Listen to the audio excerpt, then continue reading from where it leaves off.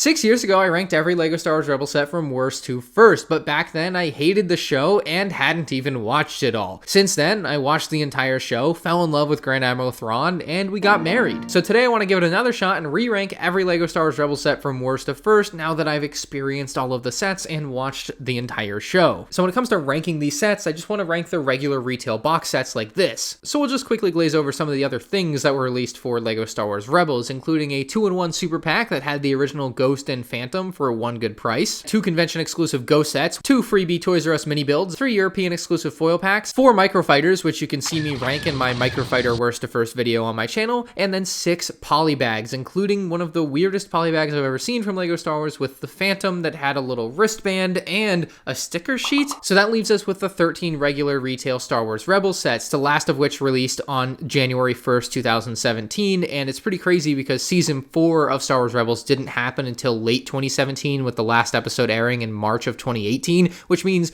we never even got any Season 4 Star Wars Rebels sets, which me of 2018 did not care because I didn't like the show, but looking back on it, man, there are some good moments that we could have had sets of that LEGO just never even touched, presumably because people like me just didn't like the show and therefore weren't buying the sets. And the Stormtrooper Sergeant Polybag is the set that I said was the worst Star Wars Rebels set in my last worst to first Rebels video, but since then I've changed my philosophy on how I want to do these worst to first videos. At number 13, I have what might be my hottest take of any worst to first video I've ever made. I think the 2014 Ghost might be the worst Rebels set ever, and it's not that, like, it's a bad set necessarily, it's just there's 12 other sets and I can't find as many flaws or reasons to make them the worst set, so I'm stuck with the Ghost because the shaping on the paneling is wrong, it has huge gaps, the interior is abysmal, only sporting like a 4x4 area to actually have minifigures roam around, otherwise you do have spots for Kanan, Hera, and Zeb in their specific areas, but I think where this is really coming from is just how great the 2023 Ghost is compared to this one.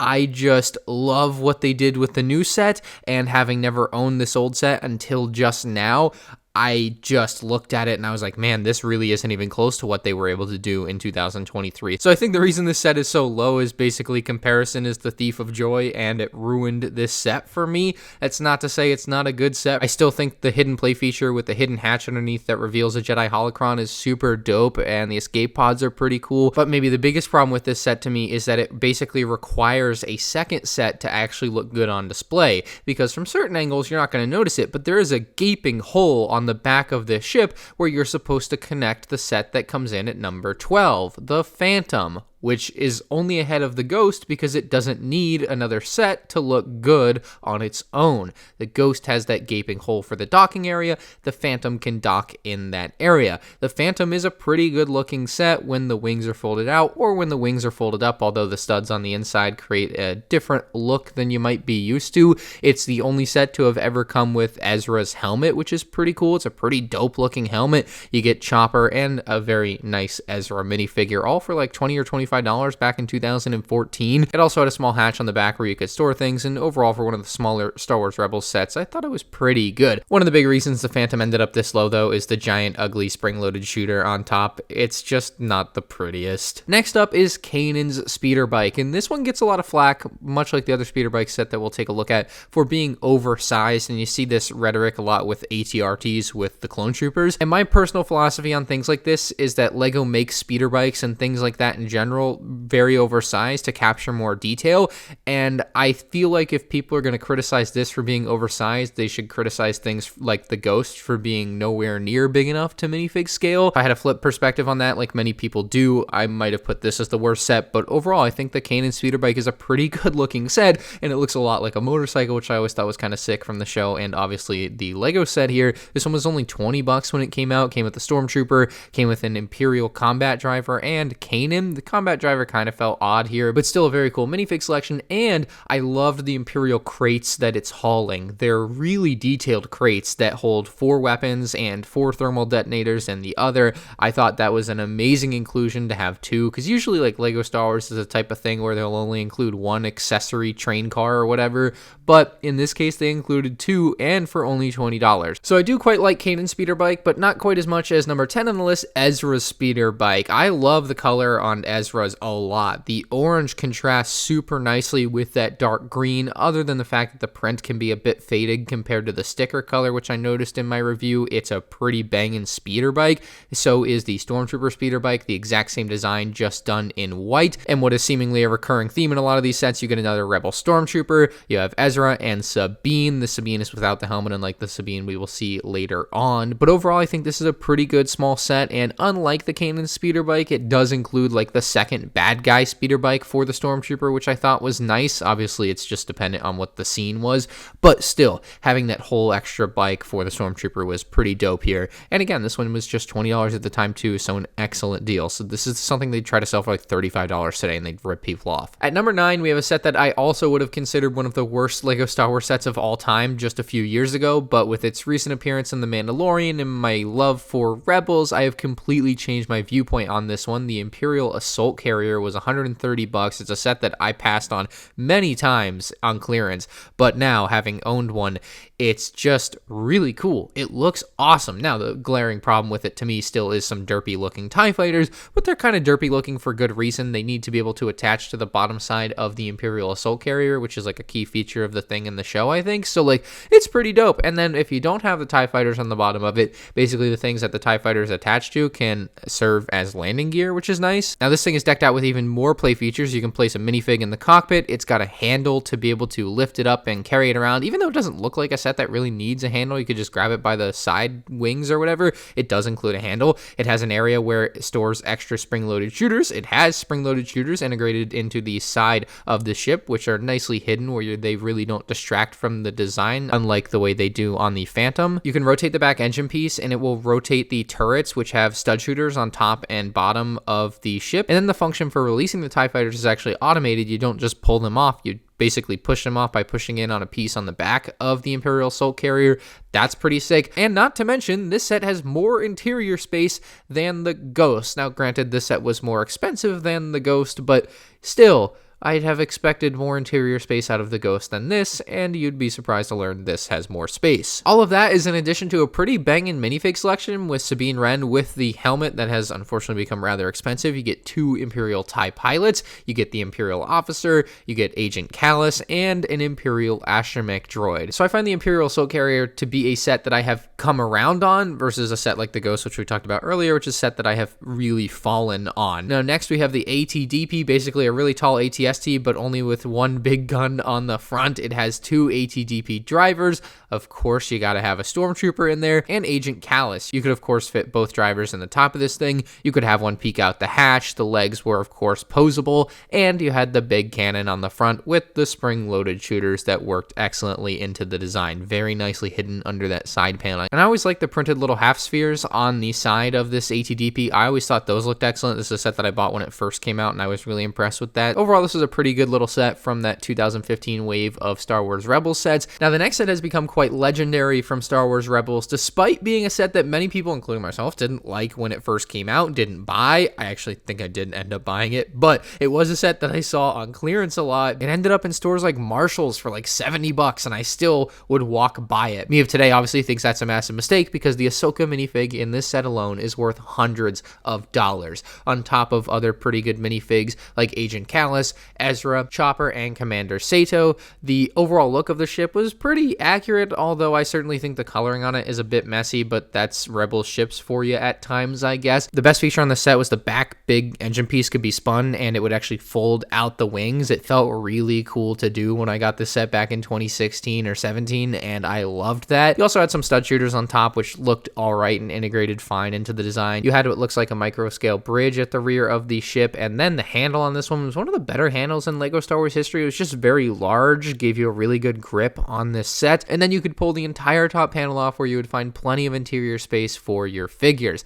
Next up, the Inquisitor's TIE Advanced Prototype. This set is just solid all around, including 3 minifigs with a TIE Fighter pilot, the Grand Inquisitor, and an Imperial officer. Obviously, the Grand Inquisitor being the main draw and obviously the best figure in this set. Getting a very evil look on the face, and then combined with that unique helmet that he had, just just looked so cool with the red visor. He had the Inquisitor lightsaber, which was new at the time, double bladed, just overall a banger minifigure. And then the TIE Advanced obviously gives you some Darth Vader's TIE Fighter vibes, just a little bit smaller. The cockpit fit one minifigure. You had some nice printing on the top and on the front of the cockpit. You had the spring-loaded shooters integrated in a way that you could actually spin this little piece on the back to fire it off. So I don't have much else to say other than that is a solid all-around set. And at number 5, I think this one gets massively underrated by people, and for a fair enough reason. It's like not that notable, but it's the Wookiee gunship, and I feel like people really underrate how much it brought to the table for just $70 back in 2015. Now, its biggest, most glaring problem obviously is going to be the size compared to the Wookiee figure.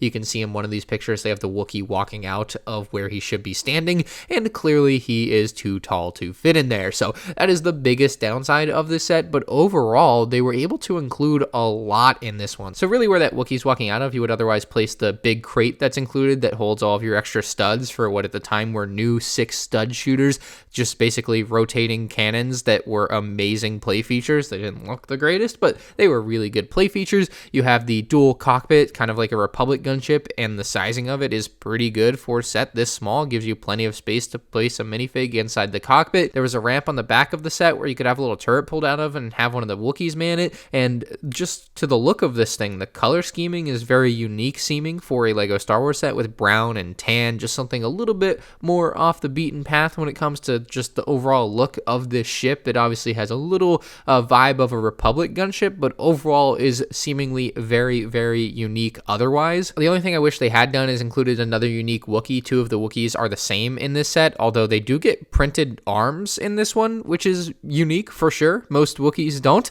In fact, maybe not ever I've seen a Wookiee get printed arms. I don't even think Chewbacca has ever had printed arms, so the Wookiees in this set are definitely unique in that way. And then of course you get Kanan as your other figure. It's kind of surprising they didn't throw a Stormtrooper in here, but overall the Wookiee gunship, a phenomenal set, one that I cannot wait to make a new version of my review on, because I think it's just surprisingly good and most people don't even think about this set. But then again, for good reason, like it's pretty niche, but still I love it. On to the top 4. The 4th best Rebel set is the Stormtrooper Battle Pack. This is basically what I consider to be a perfect battle pack because it's 4 of the exact same figures that you can army build in a really cheap way. This set was only $13 at the time. The only possible downside you could pull out of the set is that it does have the stud shooter weapons instead of the regular Lego blasters, and that's not something that I ever found myself too invested in, so it wasn't a huge hit to this set because I would just change out the weapons. But the 4 Stormtroopers replicate the look of the Rebel Stormtrooper really nicely with the shape of the mouthpiece. It's something that looks distinct from the original trilogy version. I definitely like that they nailed it in this set.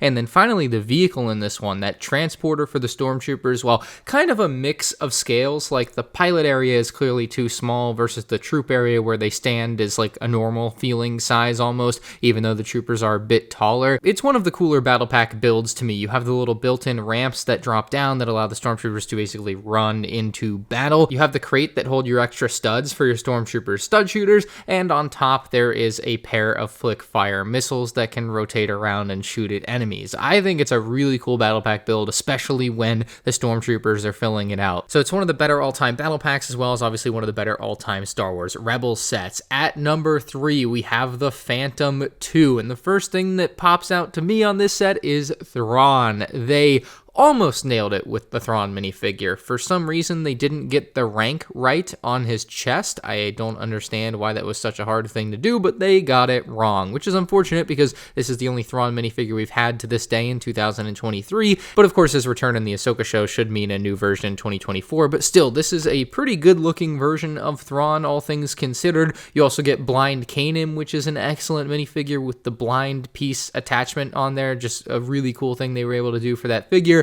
And then you have Chopper as your third minifigure, who can actually fit inside of the Phantom 2 very easily. There is plenty of space for him. In front of there, the cockpit could fit Kanan. You have fully retractable landing gear on this set that, in retracting, actually makes the set compatible with the Ghost from 2014. So it was pretty cool to see them be able to make a set 3 years later still compatible with the set that had already retired. Even though it did look a little bit weird and large on the Ghost, it was still cool that you were able to do that. And then I generally really like the detailing throughout throughout the middle section of the ship and the fin on top. I think that looks excellent. And then to fire those spring-loaded shooters on the back of the Phantom 2, you actually had a little yellow piece that you could move to the left or to the right, and when you did that, it would actually shoot off the spring-loaded shooters. So they were very well hidden within the ship, and you didn't have like the big red stick sticking out the back and making it look kind of ugly like you did on the 2014 Phantom. They actually integrated it really nicely here. And then finally, you have the cargo bay in the back with the Imperial crate inside of it, the little ramp that drops down. Very cool integration with all the play features in this set. For such a small $30 set at the time, I think they packed a lot in, as well as made the set look phenomenal. At the number 2 spot, we have Captain Rex's ATT, which of course includes Old Man Rex, Old Man Commander Gregor, and Old Commander Wolf, alongside the Imperial Inquisitor 5th brother and an extra Rebel Stormtrooper, which honestly wasn't super needed. They could have thrown in another character, I guess, but it is nice to get the 5th minifigure there. And so alongside that figure selection, we got a very unique take on the ATT here, taking the base of like a Clone Wars ATT and then adding on a ton of stuff. It's really cool what they did with this set and made it really accurate to what we see in the show. They've got the one kind of rusted out brown leg on the back. You've got little cranes throughout the set that can pick up different crates off the side of the ATT. I love the ladders on this where you could have figures hanging off. You've got the entire platform around the front of the ATT with the lights hanging off the front as well. The cannon on top has been outfitted to have a cooler seat for Captain Rex, as well as a spring-loaded shooter on top of it. And then you had this giant blue landing platform on top of the ATT where you could actually have the Phantom 2, which we just looked at, land on top and have your characters intermingle between the sets. And